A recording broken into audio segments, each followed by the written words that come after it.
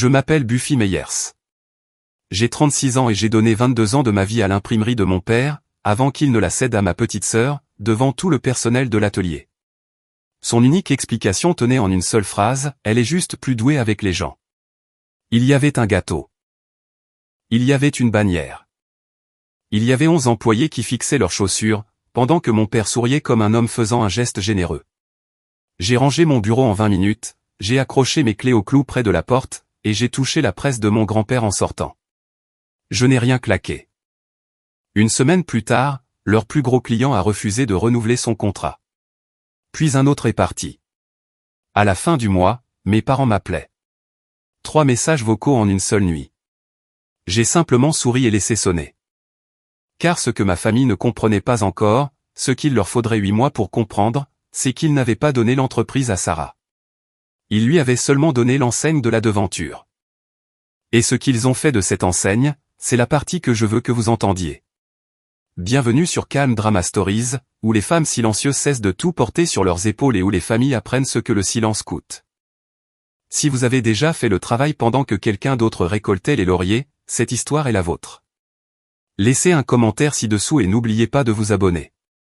Laissez-moi vous ramener avant le gâteau. 5 heures du matin, Meyer Sprint et Graphics, Terre Haute, Indiana. J'ai déverrouillé la porte latérale, comme je le faisais depuis mon adolescence. J'ai mis le café en route et j'ai fait le tour de l'atelier. 6 travaux au tableau de planning. Je pouvais dire quelle presse nous poserait problème, juste au son qu'elle faisait en chauffant.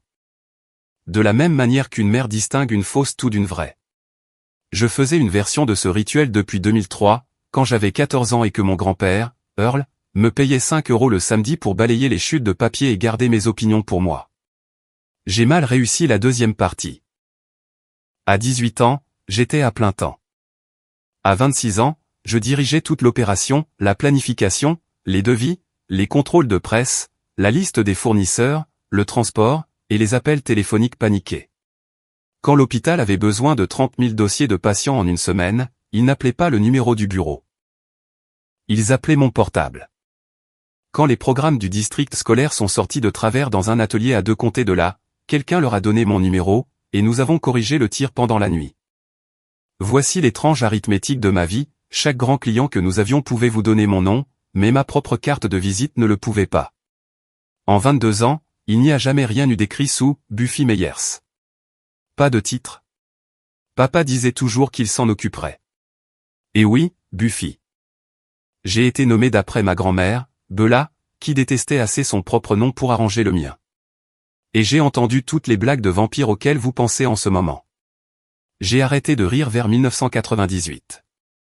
Les blagues ne m'ont jamais vraiment dérangé, honnêtement, parce que dans ce bâtiment, mon nom signifiait quelque chose de mieux qu'un titre. Il signifiait que le travail serait bien fait. Le visage public de notre famille n'arrivait jamais avant 9 heures. Mais toute la ville croyait que cet atelier tournait grâce à son sourire. Mon père, Walt Meyers, est le meilleur vendeur que j'ai jamais vu à l'œuvre. Ce n'est pas de l'amertume qui parle. C'est une évaluation professionnelle. Il se souvient du nom de la femme de chaque client, de chaque enfant, de chaque chien et d'une perruche légendaire. Il conclut des marchés sur le 9e trou de golf que d'autres imprimeurs ne pourraient pas conclure dans une salle de réunion. Il entre au petit déjeuner de la chambre de commerce et la pièce s'incline vers lui, comme s'il avait sa propre gravité. Pendant 40 ans, ce fut la division du travail dans notre famille. Papa promettait des choses aux gens par des poignées de main. Et moi, je retournais à l'atelier et je réalisais ses promesses. Il jurait que nous pouvions sortir un catalogue en 6 jours quand le planning en indiquait 9, puis il rentrait chez lui. Je restais. Moi et Dale Prentice, notre chef d'atelier, partageant une pizza à minuit, réalisant l'impossible en silence, pour que mon père reste une légende au petit déjeuner. Je veux être juste ici, parce que la justice compte pour moi. Le charme de papa n'était pas faux. Il aimait ses gens. Il l'aimait en retour. Mais quelque part en cours de route, il a décidé que l'amour était le produit. L'encre n'était que l'emballage. Chaque année environ, j'abordais la paperasse. Mon rôle, l'avenir, ce qui se passerait quand il prendrait sa retraite. Chaque année, j'obtenais la même réponse chaleureuse. On en parlera après la saison des impôts, ma puce. La saison des impôts s'est terminée 22 fois. La discussion n'a jamais eu lieu. Et voici le détail que je ne disais pas aux gens, parce que cela me semblait être de la délation envers mon propre père. En 40 ans, Walt Meyers n'a jamais, pas une seule fois, fait tourner une presse. Pas une. Il ne pouvait pas charger du papier sans le froisser. L'homme vendait de l'imprimerie comme un agent de voyage vend Paris, magnifiquement, sincèrement, et sans jamais avoir à y vivre. Rien de tout cela n'avait d'importance, jusqu'au jour où ce fut la seule chose qui en eut. Ma sœur, Sarah, est rentrée en 2023. Elle a 5 ans de moins que moi, et je veux le dire clairement, parce que c'est vrai, Sarah a du talent. Elle a passé 7 ans dans une agence de marketing à Indianapolis, travaillant sur l'image de marques de chaînes de restaurants, et elle est vraiment douée pour ça. Elle est revenue avec un blazer couleur lait d'avoine et une présentation intitulée « Meyers 2.0 ». Papa a regardé cette présentation comme certains hommes regardent des feux d'artifice. Il y avait des diapositives sur l'histoire de la marque, l'identité visuelle, et un nuage de mots où le plus grand mot était « authentique », ce que j'ai trouvé drôle, d'une manière que j'ai gardée pour moi. Elle avait un audit pour tout. Elle, audit de l'expérience client, est celui qui m'a marqué. Bien qu'il m'ait fallu un mois pour remarquer ce qu'il a fait. Silencieusement, poliment, mon nom a disparu des emails clients. Les demandes qui arrivaient directement sur mon portable ont commencé à être acheminées via une nouvelle adresse appelée « bonjour@meyersprint ». Sarah a appelé ça « rationaliser le tunnel de conversion ». J'ai appelé ça ce que c'était, mais seulement dans ma propre cuisine. Puis, un mardi, j'ai trouvé le nouvel organigramme scotché au mur de la salle de pause, tout en lignes épurées et couleurs douces. La case de papa disait « fondateur ». Celle de Sarah, directrice de la marque. En dessous, il y avait un rectangle gris intitulé « Production ». C'était moi. Pas mon nom. Le mot « production », comme si le bâtiment m'avait fait pousser du sol. Je suis resté là, tenant mon café, et Dal est venu derrière moi et a regardé ça un moment. Il n'a rien dit de spirituel. Il a juste tapoté la boîte grise avec un doigt taché d'encre et est retourné à sa presse. J'ai décroché l'organigramme, je l'ai plié et je l'ai mis dans le tiroir de mon bureau. Je me suis dit que c'était un brouillon. Les gens font des brouillons. Avec le recul, c'était une prévision. Cet hiver-là, papa a eu 65 ans et a commencé à prononcer le mot « retraite » à voix haute, le testant comme un plongeoir. Tout l'atelier a supposé ce que je supposais. Dal le supposait. Rosa, à la reliure, le supposait. Honnêtement, la moitié de Terre Haute le supposait. J'avais tissé des liens avec ses clients pendant 2 décennies, et tout le monde savait qui faisait tourner la machine. Même ma mère, Linda, me serrait l'épaule au dîner du dimanche et disait des choses comme « Une grande année s'annonce, ma chérie ». Ce que j'ai pris comme une promesse. Personne n'a prononcé le nom de Sarah. Sarah était rentrée depuis 18 mois. Pendant ce temps, le calendrier avait des dents. Notre contrat avec l'hôpital régional de Hartwell, notre plus gros client, 210 000 € par an, en cours depuis 18 ans, arrivait à renouvellement en avril. J'avais déjà commencé le classeur de préparation, parce que c'est ce que je fais. Et dans le bureau de papa, au-dessus du classeur, était accrochée la photographie qui explique toute ma famille, bien que je ne le comprenne pas encore pleinement. C'est 1987. Papa a 27 ans, debout devant la First National Bank de Terre Haute, dans une cravate empruntée, souriant comme un animateur de jeux télévisés. C'était le jour où la banque a failli révoquer le prêt de l'atelier de mon grand-père. Et Walt, jeune, fauché et charmant, a convaincu un directeur d'agence de lui accorder une prolongation qui a tout sauvé. Chaque enfant Meyers a été élevé avec cette histoire, comme d'autres enfants sont élevés avec des versets de la Bible.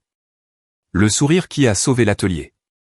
Papa montrait cette photo avec sa tasse de café et disait « C'est le jour où j'ai appris ce que cette entreprise vend vraiment ». Mon grand-père n'a jamais commenté cela. Pas une seule fois que je l'ai entendu, et Earl l'a vécu jusqu'en 2011. Mon père croyait que cette photographie était le jour où il avait sauvé la famille. Il n'a jamais raconté à personne le reste de l'histoire. J'ai dû attendre près de 40 ans, jusqu'à ce que tout soit en feu, pour l'entendre. Maintenant, avant que vous ne demandiez pourquoi une femme adulte a passé 22 ans sans contrat, laissez-moi vous dire ce que j'ai réellement fait. Parce que je ne suis pas resté assise tranquillement à espérer. En 2015, quand j'ai pris en charge les opérations, j'ai demandé à papa de mettre la succession par écrit. Il a accepté avec enthousiasme, comme il acceptait tout, et a pris rendez-vous avec Gary Whitlock, l'avocat de la famille. Puis il l'a annulé. Après la saison des impôts de 2019, je suis devenue sérieuse. Un imprimeur commercial à Indianapolis m'a offert un poste d'exploitation. Un vrai salaire, un vrai titre, et j'ai dit oui dans ma tête pendant 2 jours entiers. La même semaine, papa a été admis aux urgences pour des douleurs thoraciques. Et le vendredi, il avait un stent et une liste d'instructions qu'il a ignorées. Essayez de remettre une lettre de démission à un homme avec un stent frais dans la poitrine et un atelier qu'il ne peut pas diriger sans vous. Je suis resté. Puis 2020 est arrivé, et si vous possédiez une petite entreprise cette année-là, vous savez déjà. J'ai rempli les papiers de protection des salaires à la table de ma cuisine jusqu'à 2 heures du matin, j'ai gardé les 11 personnes employées et j'ai navigué à travers la crise, pendant que papa appelait les clients pour leur remonter le moral. Ce en quoi, pour être juste, il était bon. Chaque sortie s'était refermée selon son propre calendrier, aucun d'entre eux n'étant le mien.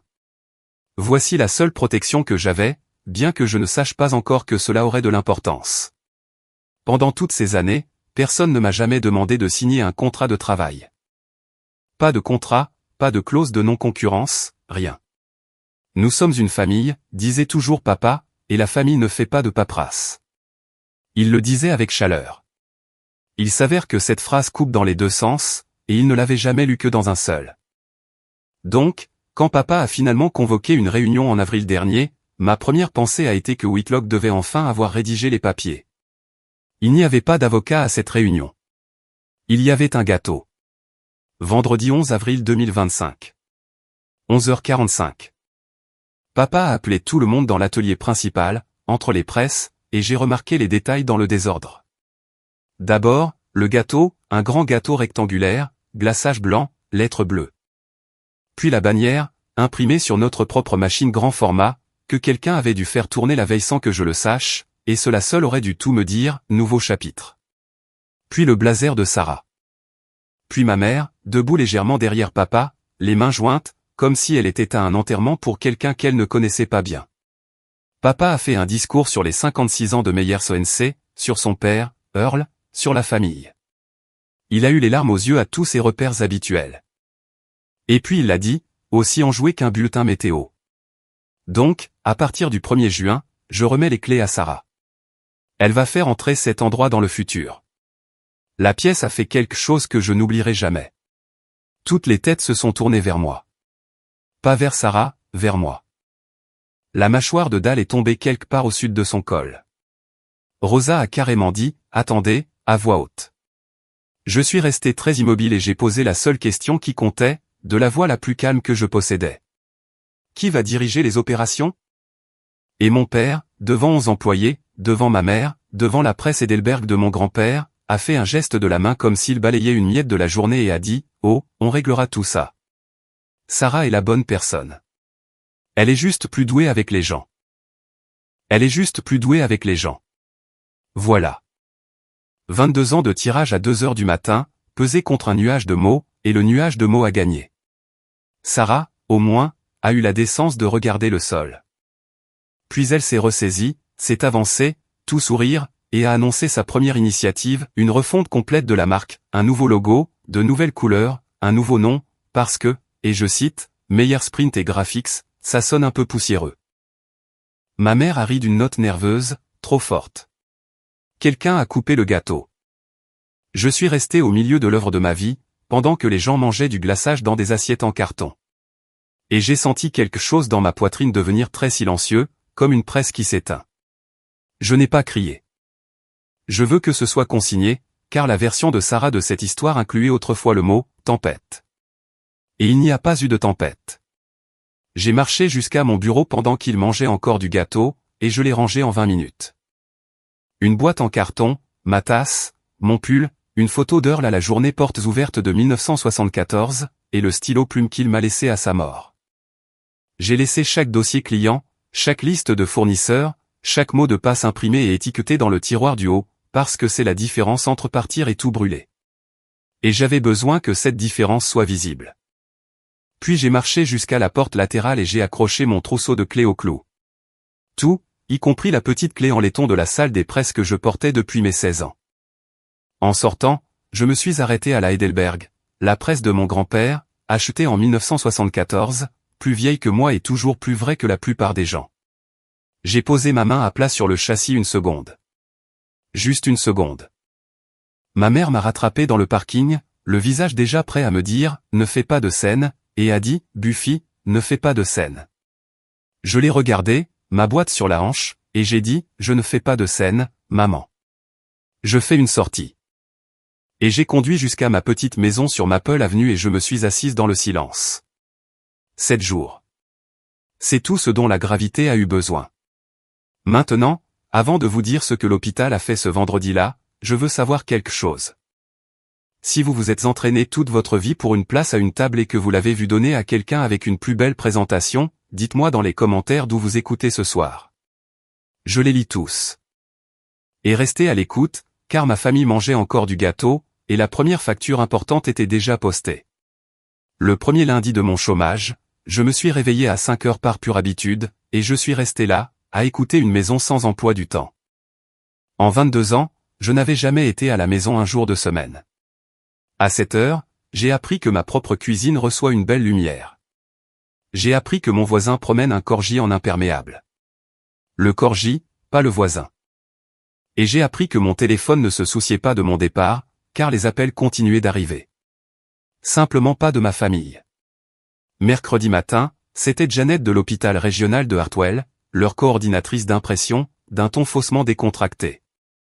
Buffy. Salut. Les dossiers d'admission des patients, le gros tirage de printemps, les contrôles de presse sont prévus pour jeudi. Personne n'a confirmé. C'est là que j'ai pris la décision qui a façonné tout ce qui a suivi, bien qu'elle m'ait semblé petite à l'époque. Je n'ai pas soupiré. Je n'ai pas fait de commentaires. J'ai dit, je ne travaille plus là-bas, Janet. Sarah dirige maintenant. Appelle le bureau. Ils s'occuperont de toi. Ce fut tout mon discours. Vous devez comprendre. J'aurais pu torpiller la réputation de ma famille là, tout de suite, et une partie de moi en avait envie, la partie qui les avait regardés manger du gâteau. Mais j'ai décidé quelque chose en rentrant avec cette boîte en carton. Quoi qu'il arrive ensuite, cela se produirait sans un seul mot malhonnête de ma part. Pas pour eux, pour moi. Il y a eu un silence au téléphone, peut-être 3 secondes, le genre où l'on peut entendre une personne recalculer. Puis Janet a dit, plus doucement, comme si elle posait une question sur un diagnostic, « Buffy, est-ce que le bureau sait comment le finir ?» J'ai regardé par ma fenêtre le corgi en imperméable, et je lui ai dit la seule chose vraie que j'avais. J'imagine que nous allons tous le découvrir. La réunion de renouvellement de Hartwell a eu lieu le vendredi 18 avril, une semaine jour pour jour après le gâteau. Je n'y étais pas, évidemment. Je l'ai appris par Dal, qui m'a appelé ce soir-là depuis son garage, parlant à voix basse comme un homme rapportant depuis les lignes ennemies. Sarah était entrée dans une réunion des achats de l'hôpital avec une présentation PowerPoint. Pas un planning de production, une présentation. Refonte de la marque, métrique d'engagement, révélation d'un nouveau logo aux couleurs de lever de soleil. Karl Huchkin a assisté à tout ça. Karl est le directeur des achats de Hartwell, 61 ans, un homme qui achète pour 3 millions d'euros de biens et services par an et qui a le visage impassible d'un classeur. Quand les diapositives se sont terminées, Karl a posé ses questions. Qui confirme les délais pour les dossiers d'admission? Quel est le plan de secours si une presse tombe en panne en plein tirage? Qui j'appelle à 22 heures quand l'épreuve est fausse? Et ma sœur intelligente, soignée, et vraiment talentueuse, a répondu à chacune d'entre elles par une version de « Nous construisons une nouvelle structure d'équipe passionnante », ce qui est une belle phrase qui signifie « personne ». Karl a fermé son dossier, les a remerciés pour 18 bonnes années, et a dit que Hartwell allait lancer un appel d'offres. 210 000 euros par an, parti avant que le café ne refroidisse. La réponse de papa, selon Dal, a été de taper sur l'épaule de Sarah et de qualifier cela de « secousse de transition ». Une secousse. 18 ans. Voici ce que j'ai compris ce soir-là, assise sur mon porche avec le téléphone à l'oreille, que mon père n'a jamais compris de sa vie. Ce contrat n'a jamais été entre Hartwell et Meyer Sprint et Graphics. Il était entre Karl Huchkin et la personne qui répondait toujours, à 22 heures. Ils n'avaient pas perdu un client. Ils avaient perdu la personne que le client voulait dire. Puis sont venus les supermarchés Milouz. Milouz est une chaîne d'épicerie. 9 magasins sur 2 comptés. Et pendant 11 ans, nous avions imprimé leur circulaire hebdomadaire. Le prospectus avec les promotions sur la viande qui atterrit dans 60 000 boîtes aux lettres chaque mercredi. Ce n'est pas glamour. C'est un travail précis. Les prix changent le mardi soir. Nous vérifions par rapport à la feuille maîtresse. Un être humain paraphe chaque page, et seulement alors, ça part à l'impression. Cette étape de vérification, c'était la mienne. Et quand je suis parti, elle est apparemment partie avec moi. Parce que Sarah avait qualifié le système de liste de contrôle de c'est la phrase exacte de son audit de processus, goulot d'étranglement hérité. La dernière semaine d'avril, la circulaire est sortie avec les anciens prix en première page. Bœuf haché, poulet désossé, lessive, tout était faux. Certains de beaucoup. 9 magasins ont dû honorer les prix mal imprimés à la caisse pendant que les directeurs adjoints scotchaient des corrections sur les présentoirs. Milouz a facturé la différence à l'atelier et a retiré le contrat le vendredi. 140 000 € par an, parti en un mauvais mercredi. Et c'est la partie qui m'a dit exactement comment tout allait se passer. La réponse de Sarah a été une déclaration. Une déclaration sur le tout nouvel Instagram de l'atelier, logo de lever de soleil et tout. Alors que nous évoluons, nous rationalisons nos partenariats pour nous aligner sur notre vision. J'ai lu cette phrase peut-être 10 fois. Dans les bureaux, évoluer signifie croissance. Dans l'atelier, évoluer signifie que les heures de quelqu'un viennent d'être coupées. Et tout le monde là-bas le savait. Dal m'a dit que l'atelier est resté silencieux pendant un quart de travail entier. 2 clients en 2 semaines. Les 2 plus grosses lignes du grand livre. Je me suis assise à la table de ma cuisine avec une calculatrice et j'ai calculé ce qui restait pour payer les salaires. Les calculs avaient un trou dans lequel on pouvait faire passer un camion. 30 avril, mercredi soir. Je préparais une soupe quand le téléphone s'est allumé et je l'ai regardé sonner depuis l'autre côté du comptoir, comme si c'était le problème de quelqu'un d'autre. Ce qui, techniquement, était maintenant le cas. Messagerie vocale numéro 1. Ma mère, douce et répétée. Ma chérie, les choses sont un peu chaotiques à l'atelier et nous pensons que tout cela a été exagéré. Appelle-nous. Messagerie vocale numéro 2. 1 heure plus tard, papa, sautant le bonjour. Buffy. Le truc de Hartwell est un malentendu. Karl a toujours été dramatique. Mais le timing est mauvais avec la situation de Milouz, donc nous avons besoin que tu viennes redresser la production pendant un certain temps. Appelle-moi ce soir. Et messagerie vocale numéro 3. Papa à nouveau, vers 22 heures. Le vernis du vendeur s'est enfin fissuré au coin. C'est une affaire de famille, Buffy. L'atelier est en difficulté et toi, tu restes à la maison. Quoi que ce soit, sois la plus intelligente. Je suis resté là, à remuer ma soupe. Et j'ai fait l'inventaire de tout ce que ces 3 messages ne contenaient pas. Des excuses. Mon ancien poste. Un poste, quel qu'il soit. Une seule phrase reconnaissant ce qui s'était passé dans cet atelier, devant 11 personnes. Ils n'appelaient pas leur fille. Ils appelaient une pièce qui était tombée de la machine, et ils voulaient qu'elle soit revissée avant que quelqu'un d'important ne remarque le cliquetis. Les clients sont dramatiques. Karl Huchkin n'avait pas élevé la voix en 18 ans que je le connaissais. Donc non, je n'ai pas rappelé. Je me suis assise à la table de ma cuisine, j'ai mangé ma soupe, et je vais vous dire la vérité, car vous êtes venu jusqu'ici avec moi. J'ai souri.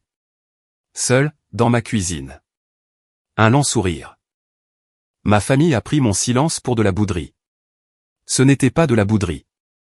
C'était un plan. Et j'avais commencé à le dessiner cet après-midi-là.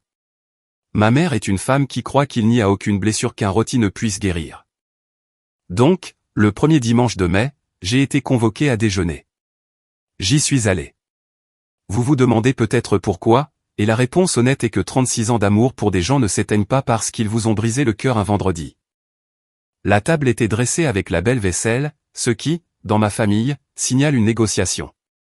Papa a commencé par du charme, a raconté une histoire sur le client à la perruche, a obtenu son rire de maman. Puis est venue l'offre, servie entre le rôti et la tarte. Et je veux que vous entendiez sa forme exacte. Je pourrais aider, de la maison, discrètement. Pas de titre, pas d'annonce, juste le temps que Sarah trouve son rythme. Je réparais le chaos de la production depuis la table de ma cuisine, de manière invisible, pendant que la ville continuerait de croire au logo du lever de soleil. Il m'offrait ma vieille vie, moins les parties où quiconque savait que c'était la mienne. J'ai dit non. Doucement. Sans discours. Ça ne me convient pas, et le visage de ma mère a fait cette chose où la déception se déguise en inquiétude. Et puis Sarah, qui était restée silencieuse, s'est penchée et a dit la phrase qui m'a fait comprendre qu'elle ne la comprenait vraiment pas comme une insulte. Buffy, allez. Je suis meilleur avec les gens. Tu es meilleur avec les machines. C'est littéralement tout ce que papa voulait dire. J'ai regardé ma petite sœur un long moment. Elle le croyait. C'était le centre triste et fascinant de tout cela. Elle avait été élevée avec cette photographie dans le bureau de papa, comme moi, et elle en était sortie en croyant que le cadre était toute la maison. Les machines, ai-je dit en me levant, en trouvant mon sac, ne m'ont jamais menti, Sarah. Merci pour le déjeuner. Personne ne m'a suivi dehors, ce qui était en soi une sorte d'information. Mi-mai, Sarah a organisé la soirée de lancement. Solstice Print Company, c'était le nouveau nom, choisi, selon l'invitation, pour refléter la lumière, la chaleur et les nouveaux départs. L'invitation était magnifique. Elle est vraiment douée pour les invitations. Je n'étais pas sur la liste des invités, ce qui a épargné à tout le monde la peine de me voir décliner. Mais l'atelier se trouve sur mon chemin de retour du magasin de bricolage. Et ce jeudi soir-là, je suis passé lentement, de la manière dont on passe devant une vieille maison où l'on a vécu. Des guirlandes lumineuses dans le parking, des flûtes à champagne en plastique, un projecteur projetant le logo du lever de soleil contre la brique, où il avait l'air, si je suis honnête, plutôt joli. Et puis mes phares ont balayé la benne à ordures près du quai de chargement, et j'ai freiné assez fort pour faire glisser les courses du siège. Car, dépassant de cette benne, au-dessus des bannières mortes et du papier bulle, il y avait l'enseigne. L'enseigne. 1,80 m de chaîne. Meyers Printing, en lettres d'or, peinte à la main par mon grand-père en 1969, quand tout l'atelier n'était qu'une presse et une prière. Elle a été suspendue au-dessus de cette porte pendant 56 ans. Earl repeignait leur lui-même chaque printemps, jusqu'à ce que ses mains deviennent trop instables. Et puis, Dal et moi le faisions chaque avril, sans qu'on nous le demande. Il l'avait déboulonné et jeté à la poubelle avec les cacahuètes d'emballage. Je suis resté dans ce parking, dans le noir, les lumières de la fête brillant au coin, et je suis monté dans une benne à ordures, dans mon bon jean. L'enseigne était plus lourde que dans mes souvenirs. Je l'ai sortie, un bout à la fois, je me suis éraflé l'avant-bras, j'ai sali toute ma chemise, et je l'ai chargée à l'arrière de mon camion, comme une victime. Mon père a donné l'entreprise à Sarah. Très bien. Mais cette nuit-là, dans les ordures, ils ont laissé la seule chose que je voulais encore. J'ai posé l'enseigne sur 2 tréteaux dans mon garage et je l'ai nettoyée avec un chiffon doux, de la manière dont on nettoierait un cadre photo après une inondation. Sous la crasse, l'or tenait toujours. Earl utilisait un émail pour enseigne d'une entreprise qui n'existe plus. Et il a posé ses lettres avec une fermeté que j'ai chassée toute ma vie et que je n'ai jamais tout à fait attrapée. Je me suis assise sur un seau renversé et je me suis permis de me souvenir de lui correctement, pour la première fois depuis le gâteau. Mon grand-père ne savait pas parler aux banquiers. Il devenait timide en présence d'hommes bruyants et il marmonnait lors des fêtes. Et le consensus poli de la ville était qu'Earl Meyers était un excellent artisan, sans tête pour les affaires. Mais je l'ai vu diriger cet atelier depuis l'âge de 14 ans jusqu'à sa mort en 2011. Et voici ce que j'ai vu. Il n'a jamais manqué une date de livraison. Jamais. Météo, panne, grippe. Le travail arrivait quand Earl disait qu'il arriverait. Pendant 42 ans. Et cette fiabilité a acheté plus de loyauté que n'importe quelle poignée de main que mon père ait jamais vendue. Une fois, quand j'avais peut-être 16 ans, je lui ai demandé pourquoi il était resté toute la nuit à s'occuper d'un tirage pour un client qui négociait le prix à la baisse chaque année. Il n'a même pas levé les yeux du chargeur. On n'imprime pas une promesse, gamine, a-t-il dit. On la tient. Puis il m'a tendu la loupe et m'a fait vérifier le repérage.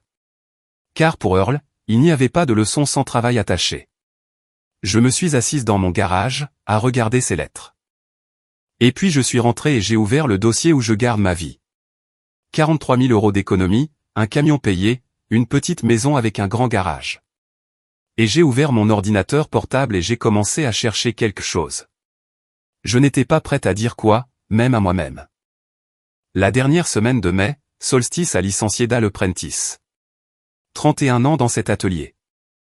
Dal a fait tourner sa première presse pour mon grand-père en 1994, m'a formé à l'imposition quand j'étais une adolescente avec plus d'attitude que de bon sens, et a personnellement sauvé chaque travail important que nous avons failli perdre.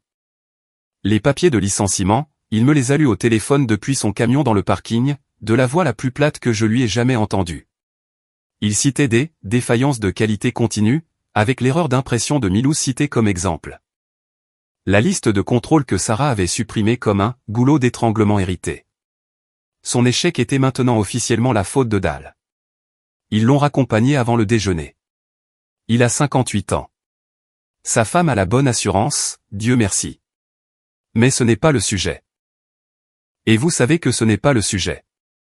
Le sujet, c'est qu'il m'a appelé depuis ce parking, qu'il n'allait pas bien, et qu'il a passé la première minute à prétendre aller bien, ce qui était pire. Rosa m'a envoyé un texto 1 heure plus tard. Ils disent qu'il y aura d'autres coupes après l'été. Qui sera le prochain? Je suis resté avec ça. Car jusqu'à cet après-midi-là, je m'étais raconté une histoire confortable, que c'était entre moi et ma famille, et que la chose honorable à faire était de rester à l'écart et de les laisser apprendre. Mais un atelier n'est pas une dispute de famille. C'est 11 chèques de paie. Ce sont les 31 ans de Dal réécrits en une faute passible de licenciement pour protéger une histoire de marque. Rester à l'écart a cessé d'être neutre au moment où ils ont commencé à nourrir le trou que j'ai laissé avec mes gens. Alors, quand Dal a manqué de façon de dire qu'il allait bien, je lui ai posé la question que je tournais et retournais depuis 2 semaines dans mon garage, avec l'enseigne sur les tréteaux, à écouter. J'ai dit, Dal, hypothétiquement, si je faisais quelque chose de stupide, le ferais-tu avec moi? Et Dal, que Dieu le bénisse, n'a même pas demandé quoi. Il a juste dit, alors, quand est-ce qu'on commence? Ma mère s'est présentée chez moi la première semaine de juin, avec une boîte à chaussures de vieilles photographies. C'est ainsi que les femmes de sa génération disent les choses qu'elles ne peuvent pas dire. Nous avons bu du café à la table de ma cuisine pendant qu'elle se préparait. Puis elle a sorti une plus petite impression de la photo de 1987. Papa dans la cravate empruntée, souriant devant la banque. Et elle m'a raconté la partie de l'histoire qui n'a jamais fait partie de la légende. La nuit avant cette photographie, a-t-elle dit, Earl avait reçu l'appel annonçant que le prêt était révoqué. Et mon grand-père, l'homme le plus stable que j'ai jamais connu, s'est agenouillé sur le sol de l'atelier, devant la Heidelberg, et a prié à voix haute. Walt, 27 ans, debout dans l'embrasure de la porte, a regardé son père supplier Dieu à côté d'une machine, et quelque chose en lui s'est brisé et s'est ressoudé de travers. Ton père est entré dans cette banque le lendemain matin, a dit maman, et il a été merveilleux, et il nous a tous sauvés. Et il est rentré certain d'une seule chose, les mains de son père ont failli perdre l'atelier, et son sourire l'a sauvé. Il a passé toute sa vie certain de cela. Buffy. Il n'a pas choisi Sarah pour te blesser. Il a choisi la chose qui l'a sauvé. Il t'a regardé et il a vu son père sur ce sol. Je suis restée assise, mon café refroidissant. C'est une chose étrange, comprendre complètement une personne et n'en être pas moins en colère. Les deux cohabitent simplement, sans se toucher. Puis ma mère a fait la chose la plus courageuse qu'elle ait faite dans toute cette histoire. Elle a regardé ses mains et a dit, il m'a annoncé sa décision en mars. Je le savais avant que le gâteau ne soit commandé. Elle a laissé cela en suspens. Elle n'a pas demandé à être pardonnée pour cela. Je lui ai resservi du café et nous avons regardé des photographies de personnes décédées jusqu'à la tombée de la nuit. Et quand elle est partie, aucune de nous n'avait prononcé le mot « solstice » à voix haute. Le bâtiment que je regardais en ligne était la quincaillerie Hoffman sur Wabash Avenue, en centre-ville. Fermé depuis 3 ans, des vitres poussiéreuses, une enseigne, à vendre, décolorée. J'ai rencontré le propriétaire un mardi. À l'intérieur, ça sentait la sueur de 1975, et c'était parfait. De haut plafond, une porte de chargement à l'arrière, et une alimentation triphasée encore câblée de l'époque des machines utiles. Ce qui, si vous n'êtes pas du métier, est la différence entre faire tourner de vraies presses et avoir un hobby. 1450 € par mois. Cette nuit-là, je me suis assise à la table de ma cuisine avec un bloc-notes et j'ai fait le calcul, honnêtement. 43 000 € d'économie, une presse numérique d'occasion, un massicotte, une plieuse, disons 60 000 € empruntés sur un prêt pour équipement de petite entreprise. Dalle à temps partiel, jusqu'à ce que les revenus le permettent. Rosa, quand elle serait prête à sauter le pas. Puis, au bas du bloc-notes, j'ai écrit les règles. Car si je faisais ça, je le ferais d'une manière qu'Earl pourrait regarder. Règle 1, je n'appellerai jamais un client de Solstice. Pas un appel, pas une suggestion, pas un « je prends juste des nouvelles ». Quiconque viendrait de son propre chef. Règle 2, pas un seul mot négatif sur ma famille en public. Jamais. La ville n'aurait pas de querelle de ma part. Règle 3, tout à la lumière du jour. Mon nom sur le bail, mon nom sur le prêt, mon enseigne au-dessus de la porte. Si j'allais être visible, je serais visible jusqu'au bout. J'ai regardé ces règles un long moment. Puis j'ai signé mon nom 2 fois cette semaine-là. Une fois sur un bail, une fois sur un prêt sur lequel je ne pouvais pas me permettre d'avoir tort. Si une partie de vous se trouve dans cette quincaillerie vide en ce moment, à faire des calculs sur lesquels vous ne pouvez pas vous permettre de vous tromper, tapez « Lumière du jour » dans les commentaires et abonnez-vous. Car ma famille était sur le point d'apprendre la différence entre une marque et un nom. Le bail et le prêt ont été signés à la mi-juin, puis j'ai fait la chose sur laquelle il n'y avait pas de retour en arrière possible. Je suis allé à la mairie et j'ai enregistré le nom de l'entreprise. Meyers Printing Company. Mon nom, le nom de mon grand-père, le nom que ma sœur avait officiellement mis au rebut dans une benne à ordures 4 semaines plus tôt. La greffière a lu le formulaire, m'a regardé par-dessus ses lunettes et a dit « Un lien avec l'imprimerie ?» Et j'ai répondu « C'est moi, le lien. » Et elle a tamponné. La nouvelle a traversé la ville avant même que je ne sois rentré. Terre Haute est une grande petite ville, et la nouvelle d'une Meyers ouvrant une imprimerie contre l'imprimerie des Meyers était meilleure que tout ce qu'on pouvait voir à la télévision. Papa a appelé ce soir-là. Pas de bonjour. Tu utilises notre nom.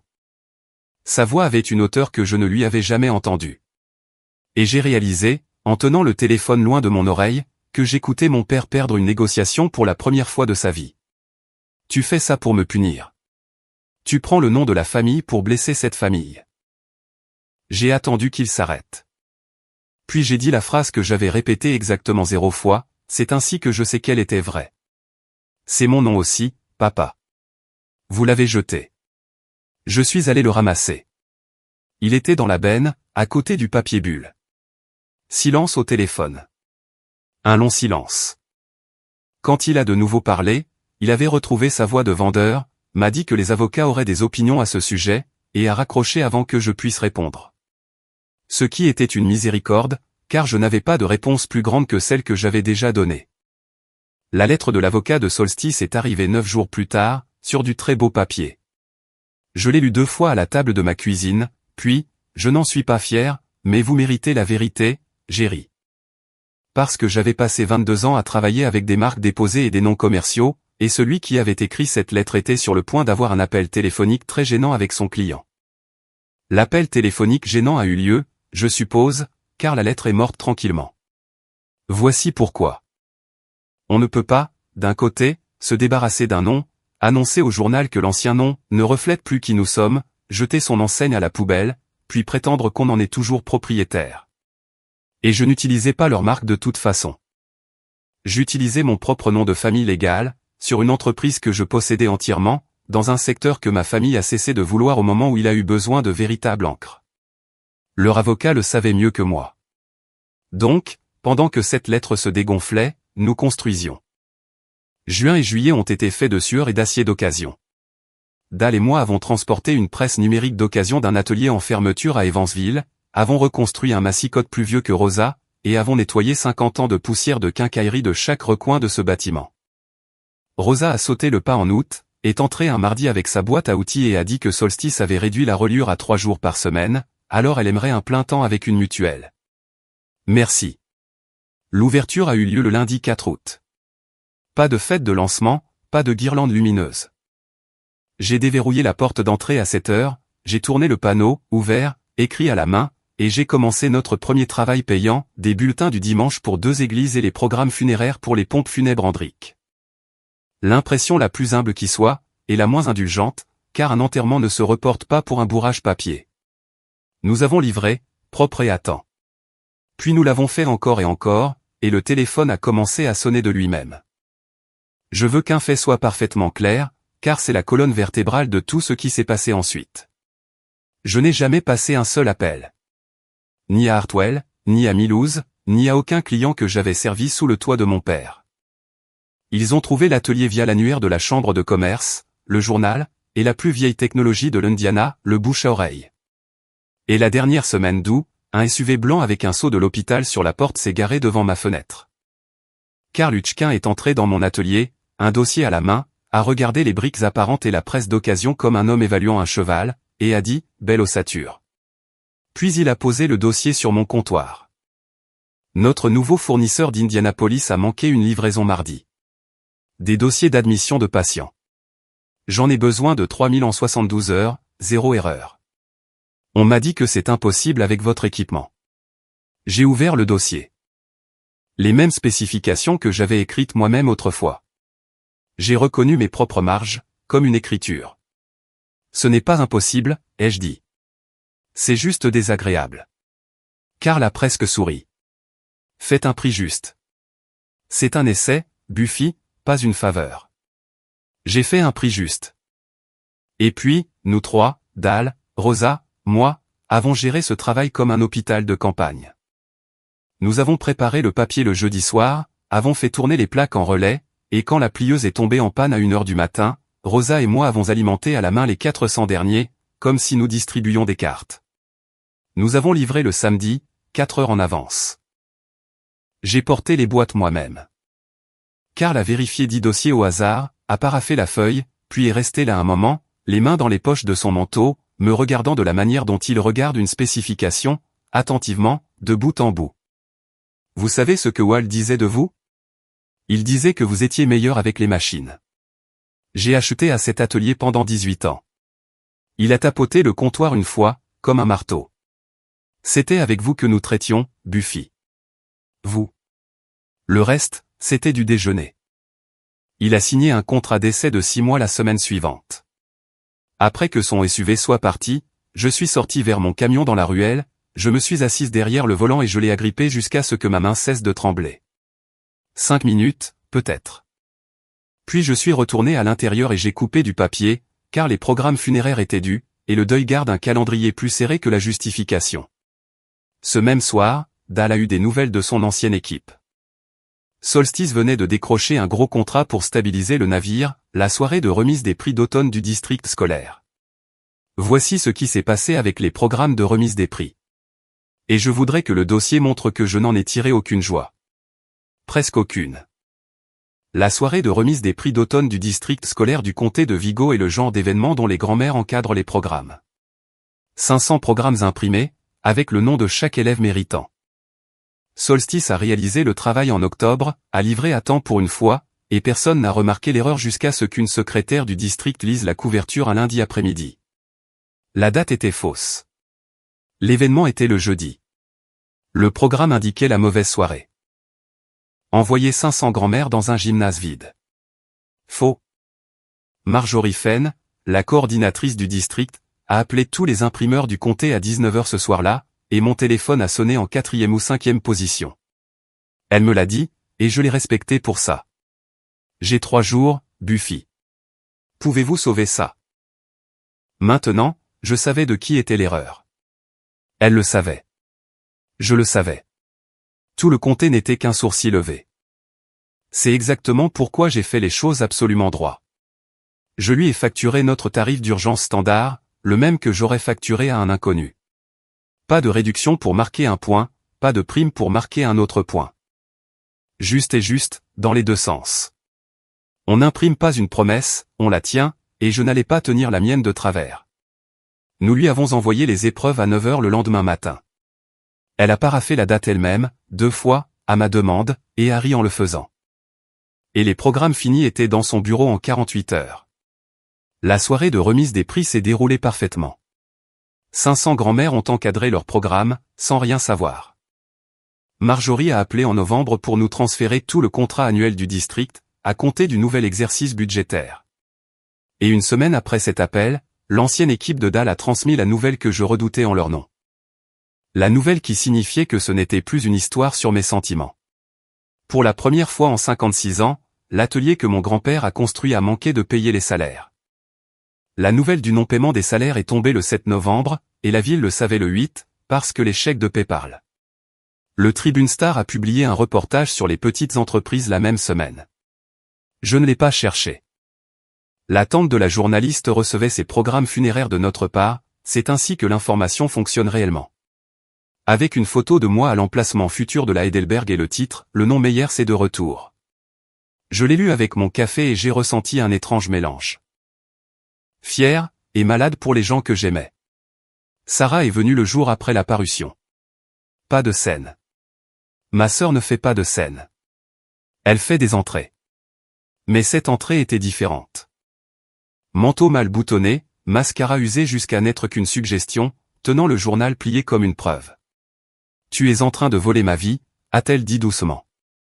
C'est ce qui l'a fait atterrir, pas les mots, l'épuisement. J'ai posé le cutter et je lui ai donné la seule défense que j'avais, qui avait l'avantage d'être vraie. Je n'ai jamais passé un seul appel, Sarah. Pas un. Tu peux vérifier les relevés téléphoniques. Elle a regardé ma petite boutique. Briques, acier. L'odeur d'encre que sa refonte de marque avait fait disparaître de son propre bâtiment. Et j'ai vu quelque chose bouger derrière son visage. Quand elle a finalement parlé, ce n'était pas une arme. C'était la chose la plus vraie que ma sœur m'ait jamais dite. Papa ne m'a jamais appris les machines. Le savais-tu? Pas une seule fois. Chaque fois que je posais des questions sur l'atelier en grandissant, il me repoussait et me disait que j'étais le visage. J'ai construit toute une vie en étant le visage. Elle s'est reprise, puis a redressé son manteau, a retrouvé les sorties dans sa voix. À la porte, elle s'est retournée. Ce n'est pas fini. La banque nous donne des options. Cela ne ressemblait pas vraiment à une menace. Cela ressemblait à une fille qui répétait ce que son père lui avait dit, une fois de plus. J'ai dit, d'accord, Sarah. Et elle est partie. Et je suis resté dans ma boutique, comprenant enfin que ma sœur et moi avions grandi dans la même photographie. Elle n'avait juste jamais pu sortir du cadre. La première neige est tombée la deuxième semaine de décembre, du genre doux qui rend même un parking indulgent. Nous avions eu un bon mois, brutal. L'intégration du district, le volume d'essais de Hartwell, les cartes de Noël en typographie que la moitié du comté voulait soudainement. Et je fermais seul un jeudi, les lumières à moitié baissées, le tiroir qu'escompté. La vieille enseigne reposait sur la table de travail à l'arrière, sous une bâche, là où je la restaurais les soirs calmes, lettre par lettre, avec un émail que j'avais dû commander chez un spécialiste de l'Ohio. De la poussière de feuilles d'or sur mes manches. Je l'ai presque manqué. Mon père se tenait devant la vitrine, dans la neige, chapeau sur la tête, sans gants, regardant l'atelier de la manière dont on regarderait un aquarium, près de lui, et complètement incapable d'y respirer. Je ne sais pas depuis combien de temps il était là. J'ai déverrouillé la porte. Il a tapé la neige de ses pieds sur le paillasson, comme n'importe quel client, ce qui m'a un peu déstabilisé. Et puis il s'est tenu au milieu de mon sol et a tourné lentement sur lui-même. La presse, le massicotte, la brique, les boîtes de café de pinceau, et l'établi à l'arrière où, Meyers Printing, reposait à moitié brillant sous la bâche. Il a regardé ça le plus longtemps. Puis mon père, Walt Meyers, le meilleur vendeur que j'ai jamais vu à l'œuvre, s'est assis sur le tabouret à mon comptoir avec la raideur d'un homme 2 fois son âge, a enlevé son chapeau et l'a posé à côté de lui. « Tu as une minute pour moi, Buffy ?» a-t-il dit. J'ai dit que oui. J'ai remis le café en marche, et pendant que je lui tournais le dos, je l'ai entendu. Un petit son métallique sur du bois. Le son exact qu'un trousseau de clés fait lorsqu'un homme pose tout ce qu'il ouvre.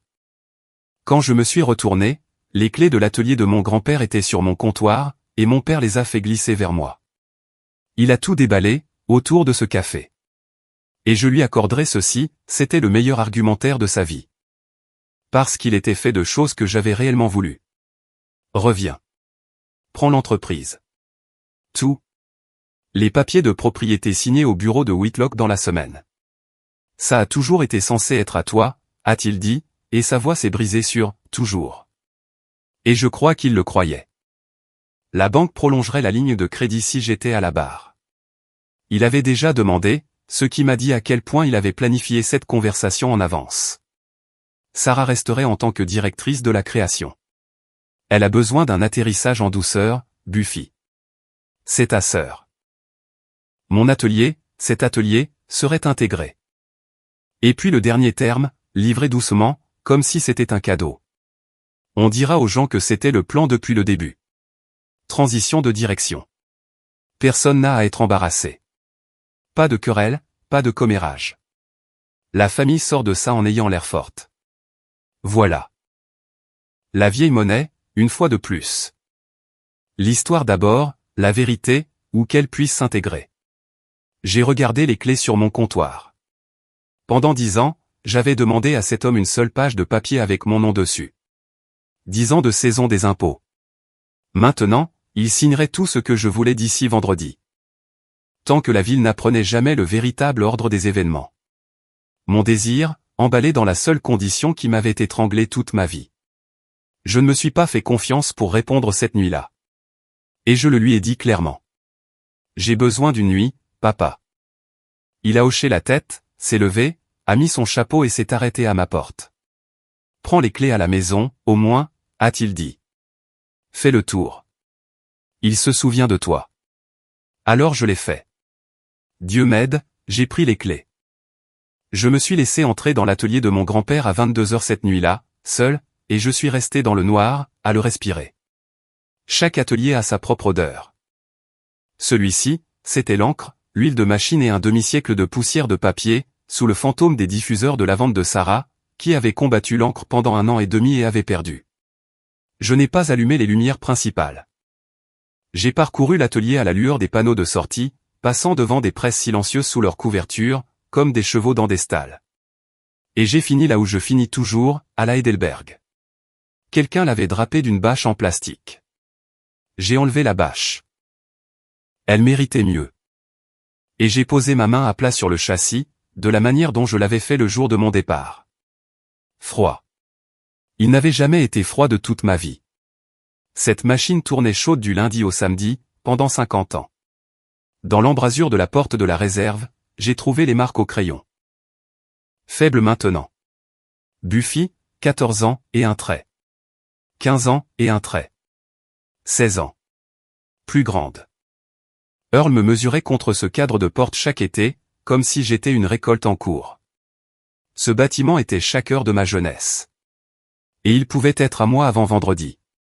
Tout ce que j'avais à faire, c'était de hocher la tête. Et tout le long du trajet de retour, une phrase était à côté de moi et ne voulait pas sortir du camion. On dira aux gens que c'était le plan depuis le début. Si je hochais la tête, cette phrase devenait la vérité de ma vie. La ville aurait une histoire lisse. Sarah aurait un atterrissage en douceur. Papa aurait un héritage sans accroc. Et la femme dans la benne à ordures, dans son bon jean, n'aurait officiellement jamais existé du tout. Je suis resté dans mon allée un long moment. Puis je suis rentré, j'ai mal dormi, et à 7h du matin, j'ai appelé mon père et je lui ai dit, viens à mon atelier à la fermeture.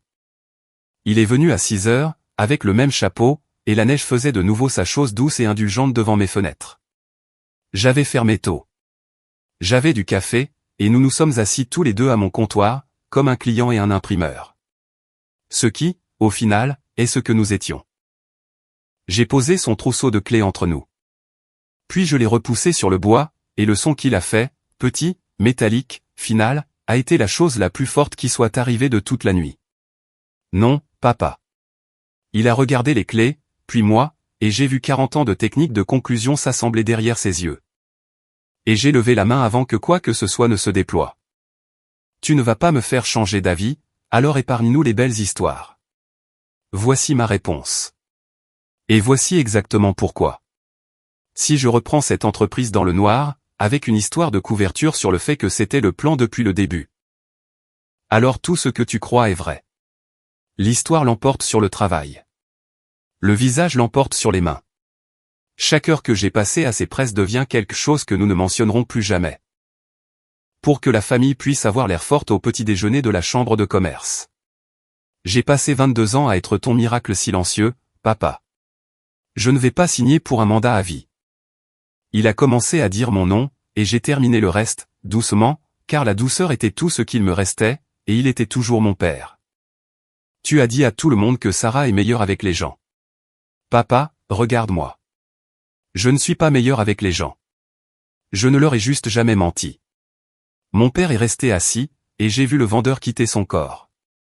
Les épaules d'abord, puis la mâchoire, puis les yeux, jusqu'à ce qu'il ne reste qu'un vieil homme dans un manteau de laine sur un tabouret d'imprimeur, désarmé, à court d'histoire. Quand il a finalement parlé, sa voix avait un grain que je n'avais jamais entendu. « Alors, tu le regarderais vraiment mourir ? L'atelier de ton grand-père ?» Et j'ai dit la chose la plus vraie que j'ai jamais dite à voix haute. « Non, papa. Je l'ai regardé mourir en avril. Tu y étais. Il y avait un gâteau. Il a tressailli, et j'ai posé ma main sur la sienne, et je lui ai donné le seul accord que j'avais. Voici ce que je ferai. À la lumière du jour. Sur papier. J'embaucherai l'équipe. Rosa est déjà à moi. Et je prendrai les autres le jour où ils se présenteront. S'il y a liquidation, je serai à cette vente aux enchères, offrant le juste prix du marché, comme n'importe qui d'autre. Mon argent? Mon nom sur le chèque. Et toi et moi, à partir de ce soir, nous nous disons la vérité, ou nous ne nous disons rien. C'est toute l'offre. Elle ne s'améliorera pas. Et elle n'expire jamais. Il a ramassé ses clés sur mon comptoir, comme si elles pesaient 20 kilos. À ma porte, il s'est arrêté, le dos toujours tourné vers moi, et a dit, « Ta mère a dit que tu dirais non. » Puis il était dehors, dans la neige. 3 semaines plus tard, ils ont scotché l'avis de vente aux enchères sur la porte que mon grand-père a peinte. Solstice Print Company a annoncé sa fermeture la 2e semaine de janvier, dans une dernière publication Instagram sur de « Nouveaux Horizons », qui a obtenu 11 likes. 56 ans se sont terminés dans une police de caractère appelée Brandon Grotesque. La ville en a parlé pendant exactement une semaine, des discussions intenses, puis est passée au budget des routes du comté, car c'est ce que font les villes, et il y a une miséricorde là-dedans. Ma mère, elle, n'est pas passée à autre chose. Elle est venue chez moi la nuit où la vie a été affichée, s'est assise dans ma cuisine où toutes les choses vraies de cette famille se produisent apparemment, et a pleuré de la manière dont les femmes prudentes pleurent, presque silencieusement, ses bagues cliquant contre la tasse. Et puis Linda Meyers a dit la phrase que mon père ne pouvait toujours pas soulever. Nous avons eu tort, Buffy. Pas seulement pour l'entreprise. Pour ce que tu étais pour elle. Je n'ai pas répondu tout de suite, car certaines phrases, il faut les laisser atterrir. Sarah n'a pas appelé. Elle a envoyé un seul texto, de Columbus, où une société de conseil l'avait, c'est vrai et je trouve ça presque élégant, recruté grâce à la force des supports de lancement de Solstice eux-mêmes. Le travail était vraiment de cette qualité, juste construit sur du vide. Son texto disait, l'enseigne, c'était ma décision. Je suis désolé pour celle-là. Pas pour tout. Pour celle-là. C'était le pouce carré le plus honnête de ma sœur qu'on m'ait jamais tendu. Et j'ai répondu, je sais. Je l'ai. J'ai embauché les 2 amis de Rosa de la reliure le jour où ils se sont présentés, comme je l'avais promis. Et le dernier vendredi de janvier, la société de vente aux enchères a agrafé ses listes jaunes près de l'ancien quai de chargement. Samedi 21 février, 10h du matin. Lot numéro 7, Presse Heidelberg, 1974. La vente aux enchères a eu lieu dans l'atelier froid, les grandes portes ouvertes, ce qui semblait indécent, comme organiser une vente de succession à l'intérieur du cercueil. Des marchands de 3 états tapaient des pieds sur le sol de mon grand-père, soufflaient du blanc et buvaient du café de station-service au-dessus des machines. Je suis venu avec un seul chiffre en tête et le stylo plume d'Earl dans la poche de mon manteau. Dal est venu aussi et s'est tenu à côté de moi, les bras croisés, comme un garde du corps pour une machine. Mon père se tenait à l'arrière, près de la porte de la réserve, sous les marques au crayon qu'il ne connaissait probablement pas, le chapeau à la main. Il ne travaillait pas la salle. Je n'avais jamais de ma vie vu Walt Meyers se tenir quelque part sans travailler la salle. Le commissaire-priseur a parcouru les massicots, l'équipement numérique, les rayonnages à palette. Des affaires rapides, sans effusion de sang. Et puis ils sont arrivés au lot 7. Et un homme a lu, Heidelberg 1974. État de fonctionnement inconnu. Et j'ai levé ma carte. Un marchand de Louisville la voulait pour les pièces. Il m'a fait monter à 2000, à 3000, de cette voix ennuyée qu'utilisent les marchands, et j'ai juste gardé ma carte levée. Car il enchérissait sur du fer, et moi j'enchérissais sur des samedis matins. Et ces marchés ne se rencontrent jamais au même prix. À 4200, il a haussé les épaules et a abandonné. Le marteau est tombé sur le bois. Un coup net, et le commissaire-priseur a dit, vendu à la dame de devant. Et Dal a fait un bruit dans sa poitrine qu'il n'ira jusqu'à ce jour. J'ai fait le chèque sur le capot de mon camion, avec le stylo de mon grand-père, et ma main n'a pas tremblé. Quand j'ai levé les yeux, mon père se tenait près de la presse. Il a posé sa paume à plat sur le châssis, exactement là où je pose toujours la mienne. Je ne lui ai jamais appris ça. C'est peut-être la seule chose de cette histoire qui soit génétique. Et il a dit doucement, sans rien vendre, Earl t'aurait embauché avant de m'embaucher, moi. J'ai plié le reçu dans ma poche. Je n'ai jamais passé un seul appel, papa, ai-je dit. Mais je suis contente que tu l'aies finalement fait. Nous sommes restés là, ensemble, une main chacun sur la machine froide. Pendant que des hommes en manteau de toile transportaient le reste à la lumière du jour. Et aucun de nous n'avait honte. Et ça, c'était nouveau. Nous sommes en mai 2026 maintenant, et je vais vous dire comment tout s'est arrangé, parce que vous avez mérité la fin. La Heidelberg tourne. Il a fallu 3 semaines à Dal et une chasse aux pièces sur 2 états pour la réveiller. Il a parlé à cette machine tout le temps, doucement et patiemment, comme on apprivoise un cheval effrayé. Et la première chose que nous avons imprimée dessus, c'était un faire-part de mariage. Papier de coton épais, une vraie impression que l'on peut sentir avec le pouce. Et quand la mère de la mariée est venue les chercher, elle a pleuré dans ma boutique. Le bon genre de pleurs. L'enseigne a été installée en avril, un dimanche matin, un an presque jour pour jour après le gâteau. J'ai loué la nacelle moi-même, et Dal et Rosa ont stabilisé l'échelle pendant que je boulonnais l'enseigne en chêne de mon grand-père, lettres d'or restaurées, chaque empattement, au-dessus de ma propre porte d'entrée sur Wabash Avenue. Meilleur sprinting. Il y a une satisfaction qui vit dans les épaules. Le saviez-vous? On la ressent quand on visse le dernier boulon dans quelque chose de vrai. Hartwell a signé le contrat annuel complet en mai. Carl et moi, autour de fiches techniques sur mon comptoir. Tout détaillé, tout à la lumière du jour. Rosa a maintenant une mutuelle dentaire. Elle a montré à tout l'atelier sa première couronne, comme si c'était une bague de fiançailles. Et le samedi matin, la plupart des semaines, mes parents passent. Maman apporte des plants de tomates pour mon Porsche et réarrange ma vitrine quand elle pense que je ne regarde pas. Papa boit son café debout sous l'enseigne. Il reste là un moment, certains samedis. Une fois, je l'ai vu tendre la main et toucher le bord inférieur du chêne, juste du bout des doigts, de la manière dont on toucherait une pierre tombale. Et puis il est entré et a demandé ce qu'un homme doit faire pour avoir un autre café par ici. La ville, étant la ville, raconte sa propre version. La famille Meyers a déménagé l'entreprise en centre-ville. La fille la dirige maintenant. N'est-ce pas merveilleux?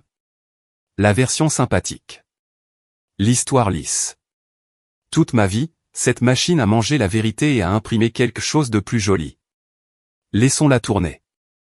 Car pour la première fois depuis 1969, l'histoire lisse et la vraie sont sorties de la presse, identiques. Une Meyers tient ses promesses à cette adresse. C'est écrit juste au-dessus de la porte, de la propre main de mon grand-père. Sarah s'épanouit à Columbus, et je le dis sans la moindre trace d'amertume. Elle construit des marques pour des entreprises qui l'embauchent pour construire des marques. Le bon outil, enfin dans le bon tiroir. Et elle est douée. Et il la paie en conséquence. Nous nous parlons environ une fois par mois. Des appels courts, vrais.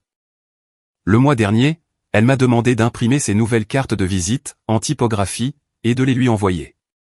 Et je l'ai fait. Et elle m'a renvoyé une photo d'elle sur son bureau, sans légende. Entre sœurs, c'est un traité. Et mon père a trouvé une nouvelle fin à son histoire préférée. Je l'ai entendu la raconter au restaurant, à la banque. 1987, la cravate empruntée. Sauf que maintenant, elle se termine différemment. Mon sourire nous a acheté une prolongation, leur dit-il. La parole de ma fille nous a acheté 50 ans. Il s'avère qu'une seule de ces choses était l'affaire de famille. S'il y a une chose que je mettrai en caractère et que je remettrai à chaque femme silencieuse qui fait un travail invisible pour les gens qu'elle aime, c'est la phrase de mon grand-père, avec ma propre fin durement gagnée. On n'imprime pas une promesse, on la tient. Et si les gens à votre table ne vous voient que lorsque vous vous arrêtez, alors arrêtez-vous. Tenez-vous à la lumière du jour et construisez là où tout le monde peut regarder. Jusqu'à ce que votre nom, au-dessus de votre propre porte, dise tout ce que vous avez passé des années à attendre que quelqu'un d'autre dise. C'est mon histoire. Le gâteau sur le sol de l'atelier. L'enseigne dans la benne à ordures. Les clés que j'ai repoussées sur mon propre comptoir. Si elle vous a trouvé ce soir, quelqu'un que vous aimez est invisible à sa propre table. Envoyez-lui celle-ci, et dites-moi dans les commentaires ce que vous auriez fait. Et abonnez-vous à Calm Drama Stories. Il y a toujours une autre femme silencieuse sur le point de se lever.